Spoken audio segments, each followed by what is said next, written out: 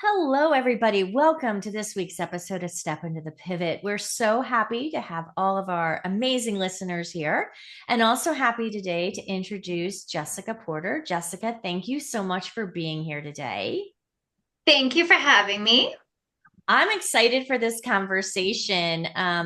I love that you are one of the founders of the 401k girls, right? I think that's such a cool thing and so much fun. And I love that you call yourselves that. So I'm really excited. I know our conversation doesn't really have anything to do with that today, but I just wanted to kind of mention it to our listeners. So, Evie, I'll let you introduce Jessica a little more.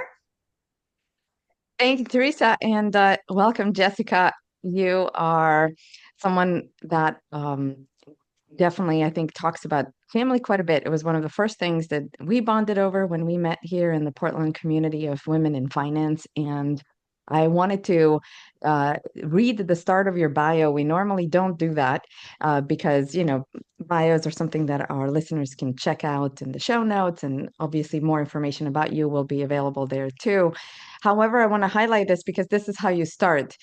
As one of three children of a plumber and a homemaker, Jessica grew up never knowing what a financial advisor was. So, you've chosen to even lead your little description of who you are, what you do, that you submitted to us with family. And then blended family in particular is what you and I bonded over when we both realized that we have, personal experience with it. Without giving anything else away about your story and your pivots, tell us what life event or events or series of circumstances helped shape you the most? And what was that major pivot that transformed you?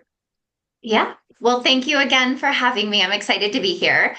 I think for me, the pivot that happened was kind of a pivot of a bunch of things at once. So, about 11 and a half years ago, I moved to Portland. I'm originally from Texas. I grew up in Houston and lived in Austin for a few years. And I met my now husband there, and he was moving back to his hometown of Portland. And so I moved here. At the same time I moved here, I was giving up my career in the automotive industry and starting, at the time I didn't know this, but starting something completely different. And then, as you alluded to, Evie, I became a part of a blended family. I have a stepdaughter who's now 19, but at the time was 8 years old. And so, sort of becoming an instant parent, especially as somebody who had chosen to be child free of my own biological children, and then sort of navigating being in a new place with a new family, what that looks like, how everybody gets along. And then at the same time, of course, navigating kind of drinking from a fire hose in a completely new career as well. Okay, so do we have this right? Like, so the trifecta. Here you are in growing a relationship, so a romantic relationship, partnership, and then that also comes with um, parental role and all the complexities, and then uh, completely new terrain. That's interesting. It's not just we moved. It's I moved to a totally different state. Probably means I don't know anybody. I Yep. know this guy and he has roots here, but I don't know anybody. And then there is and also I'm pivoting career-wise. I feel like we could go deeper here, like with any one of these, how did they like help us make sense of, what was going on first, and then where were you, were you disoriented? How did you feel when you first started like learning about Portland culture is also quite unique and specific to this location, very different from what I imagine you were experiencing in Texas. So yeah, help us get a little deeper and a little oriented. Yep, very much so. All of that. I moved here in January, which is a really tough time for anybody who knows Portland weather. It's a difficult time to move to the area. I sort of thought I'll take some time off of work, I'll relax, I'll get out and explore. It was way too cold. It was way too dreary. I didn't know anybody. There was, my husband was working 12 hours a day at the time. I didn't have anybody to hang out with. And I was really bored. I wanted to do something. I didn't like not working. And so, yeah, it was really tricky, as you mentioned, not having a network, not knowing anybody. I was 27 when I moved here, and making friends as an adult is a lot harder than you think it is. It's when you're younger, you're in school, you're working at different jobs. It's really easy to kind of build your community and your network. And then you become an adult and everybody has their own lives. And it was really tricky. So for me, I kind of really navigated a lot of different things, some that worked and some didn't. I explored a lot of Meetup. So I actually don't even know if Meetup is still a thing anymore. But back then, you could kind of reach out and connect with people. And, I would join groups and the women would go and walk together in the park or we'd go play tennis. And so I kind of did a little bit of that, just trying to get to know the community a little bit more. And then once I started working, then I kind of dove into different networking groups. And that was really, really difficult. I am naturally an introvert. And so, sort of throwing myself out there, being a part of these different groups in this room of, 100 people that you don't know and having to make conversation. And I was truly, really awful at it in the beginning. Just uncomfortable, couldn't make small talk. You have the mindset of every time you go into this, I'm going to come away with a client. And it was all wrong. And so over time, I've been able to really navigate and be a part of some really amazing groups. And that's also helped me, kind of build up a network here, not just professionally, but also personally as well. Yeah, I think you brought up a lot of really great points there. One is, we do make a lot of our friends, at least initially, maybe like through work or through school or something like that, right? And if you're not working and you're no longer in school and you're it is really hard to do that. So, it is. And I think a lot of our listeners, a lot of us have that problem when you're in those big groups and, meeting people. And I've taken the approach now. I love that you talk about that because we are a little bit afraid. Like I'm at the point where I just start walking up to people, but I was not always like that, right? And try to bring people who may be holding back into that conversation. And I think that's something we could all do more, right? So it's really nice to hear you talk about that. Can you talk a little bit about the blended family dynamic, right? Because I'm sure for you, you said you were only 27 when you moved to Portland. You were pretty young, to have this now 8-year-old stepdaughter. So, can you talk a little bit about that dynamic and how you navigated that a little bit? Yeah, absolutely. So it's very interesting because I'm a step parent, but I'm also a stepchild. And now it was a little bit different in my family dynamic because for me, my stepfather was my father. My biological father was not really involved. And so I had two parents, and these were, the two parents that raised me. In this situation, it was a little bit different because I'm now the third parent. And there's a father and a mother that are both very involved. And it's really tricky to navigate what your place is, what your boundaries are, what you are and aren't allowed to do, navigating sort of my influence. And does that conflict with their feelings and what they want to do, especially, we're in two different households and sort of influence coming from both and just again, sort of navigating what am I allowed to do? What am I not allowed to do? Am I allowed to discipline? Is that uncomfortable? Like, how does she feel about that? And so it's wonderful for somebody to have ultimately at the end of the day, all these people that love them, right? We're just all these people that come into her life and love her and care about her.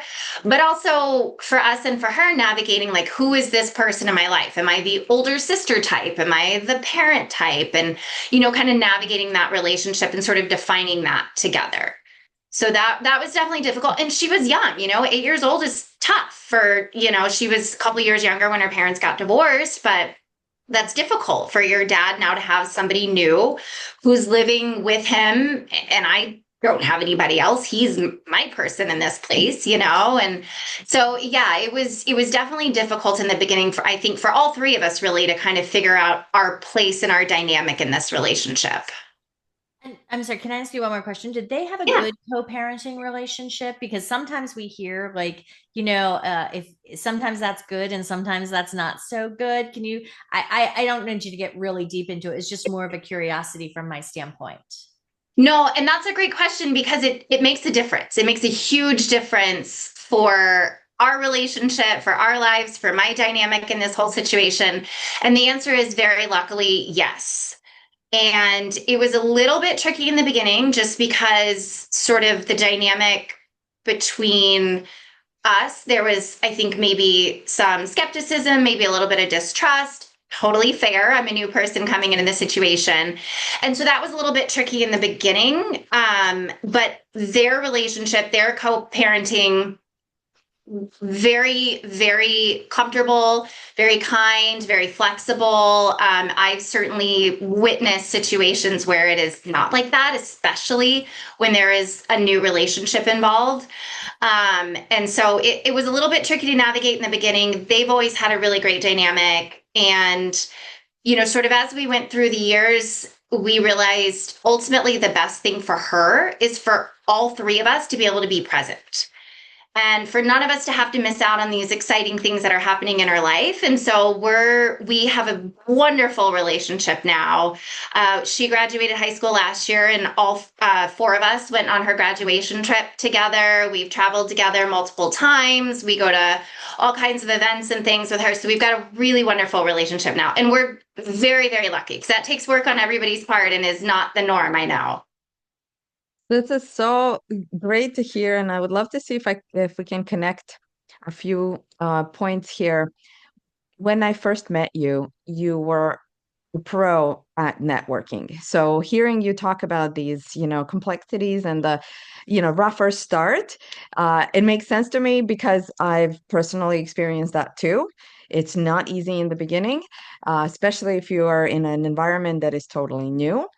And I think that, one of the things you were speaking about with networking, that then we find a similarity here with, what you're talking about with your blended family dynamic, is that it took some time, it took showing up, and it took a set of skills that get developed over time, like, same thing as flexing a muscle.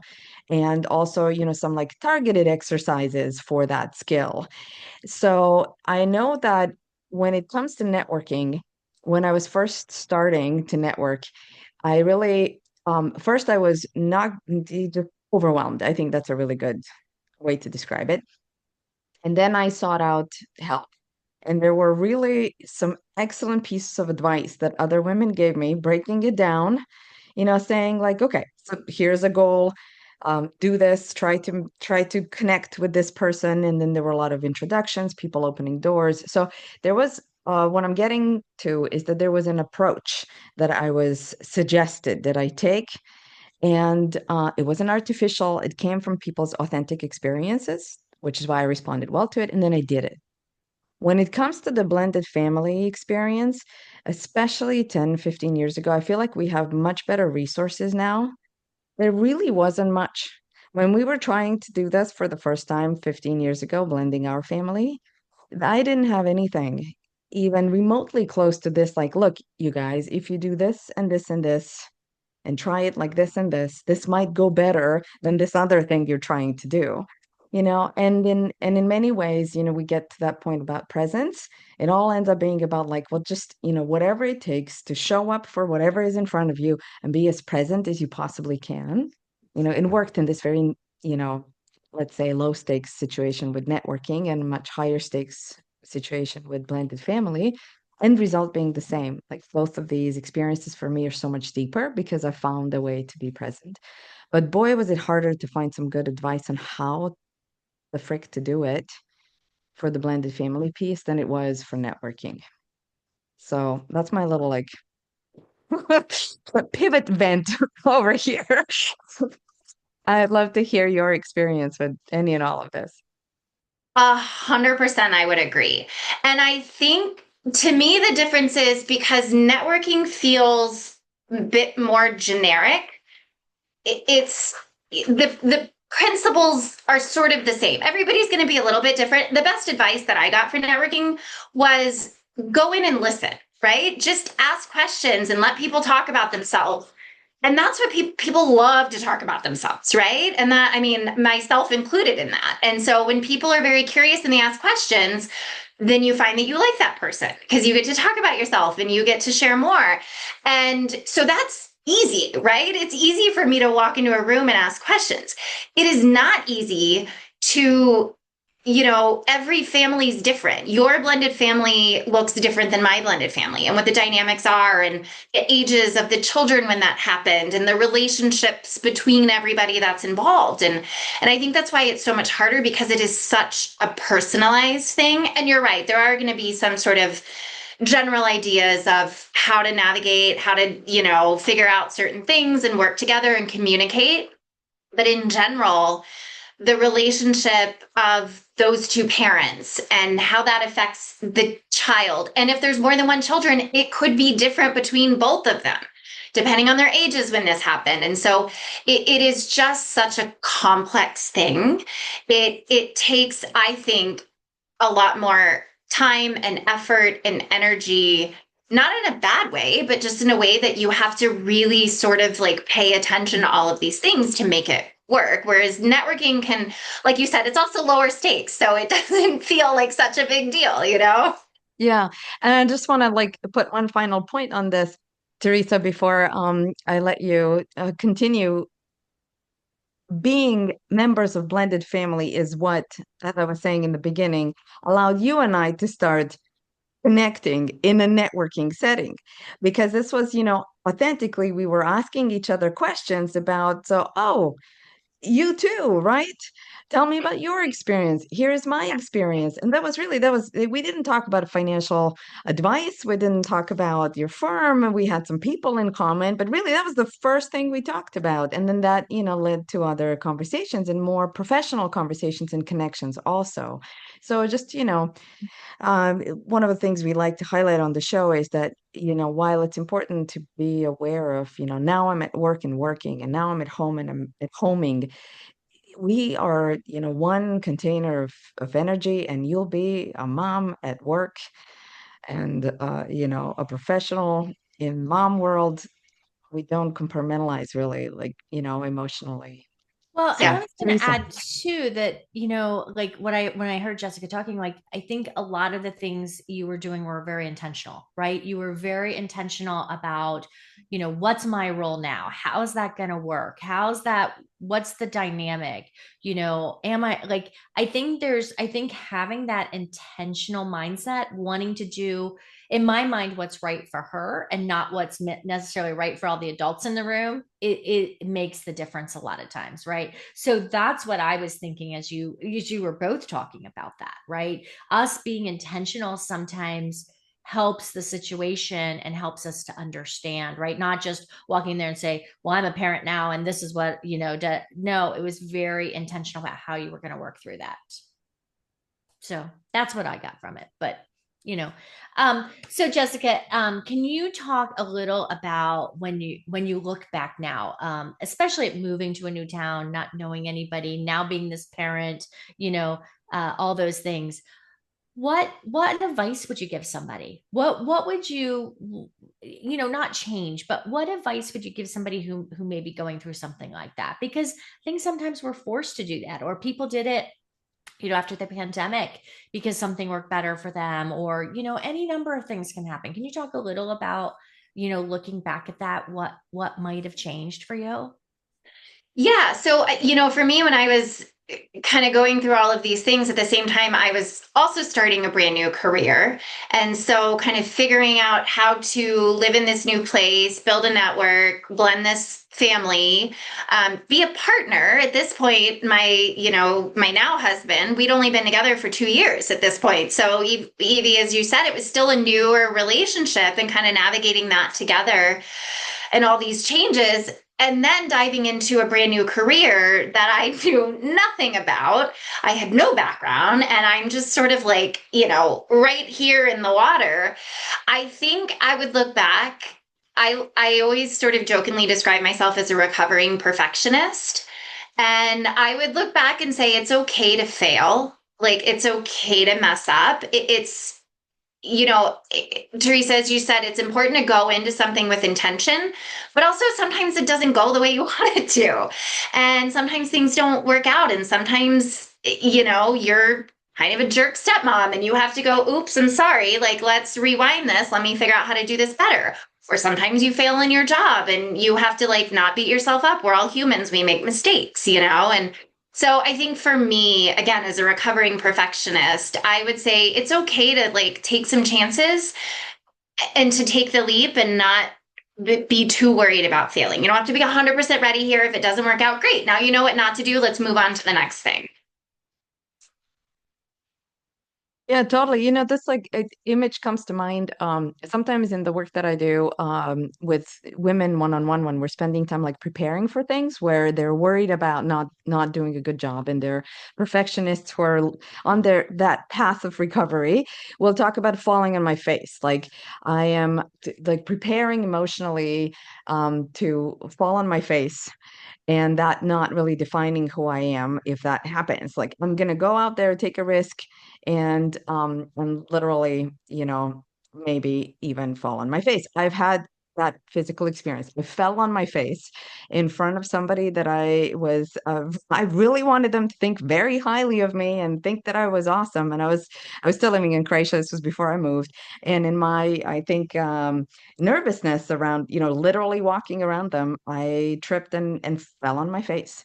And I remember, that being a pivotal moment in essentially deciding, what am I doing? Why am I so worried about, how they're going to see me, how they're going to perceive me, and the perfectionist of the image, where, look, I'm just going to stand up and brush all this like literal dust off, and, and it's okay. And I was like, it's okay. I'm okay.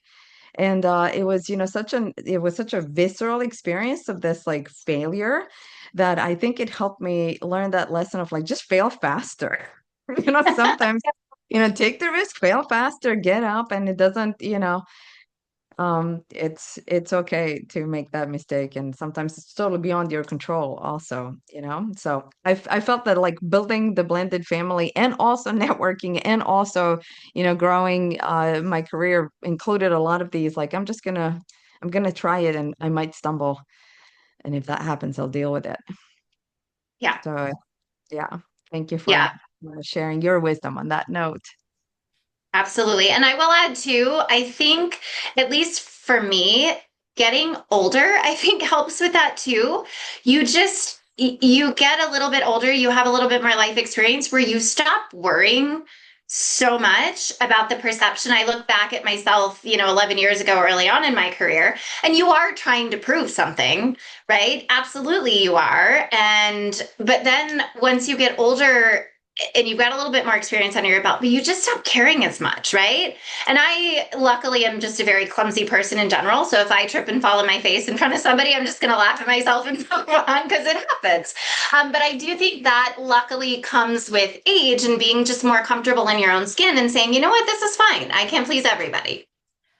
You're so right, right? Because I'm, much older than you are, and I totally agree. My perception of that has completely done a 360, right? It's, I do the things that make me happy, right? I give myself grace when I mess up, right? And that's still hard to do. Don't get me wrong, right? There's still days I'm like, why did I do that? But, it's just that different kind of feeling. Okay, we're ready to wrap. So, how our question that we always ask is, how was this pivot a step forward? Can you just summarize that for us? This pivot as a whole literally has changed my entire life, the entire trajectory of my life. I mean, I now call a brand new place home. I have a family that I didn't think I would have. My husband and I have been together for 13 years, and we actually just got married 3 years ago.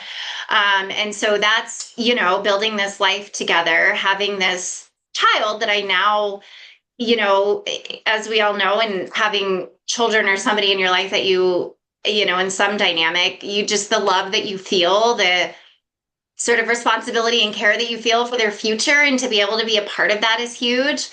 And then, my career, kind of just accidentally landing in financial services, and now being 11 years in, being a partner, starting my own brand with the 401k girls, being able to help support my family. I mean, all of this in a way that I could have never ever seen at the time has completely changed who I am and the future of my life. Awesome. Great summary, honestly, Jessica. Thank you so much. Evie, do you have some final So great, comments? Jessica. Yeah. It's wonderful to hear, examples of pivots where there is this like mixture of choice and life happening to us. Sometimes we talk to guests where it's like, okay, so this I had absolutely no choice. Here's a pivot that occurred. Lemons were thrown at me from all directions and I didn't know what to do with them. And then I figured out, let's make some lemon pie. But in your case, you're also playing with some of these experiences where along the way you had many choices. In many of these cases, you could have said no. I'm not going to date someone who has a child. I'm not going to move to a different state. I'm not going to change careers, right? There were a lot of these like choices to say, yes, let's see what happens. Like, yes to the growth. Yeah. So, some of these pivots I think are, they're just occurring. And then some of them you are essentially, you're being like, would you like a pivot? And you're like, yes, sign me up for the pivot. Yeah. So I love that as one of the examples of how pivoting works. Uh, Thank you so much for showing that to us. Yeah, absolutely. Thank you both for having me. This was so fun. Yeah, awesome. Well, thank you. Thank you, Evie, as always. And thank you, of course, to our guest, Jessica Porter, for being on today. We will be back in a couple weeks with another episode. And in the meantime, remember, if you have a pivot, step into it.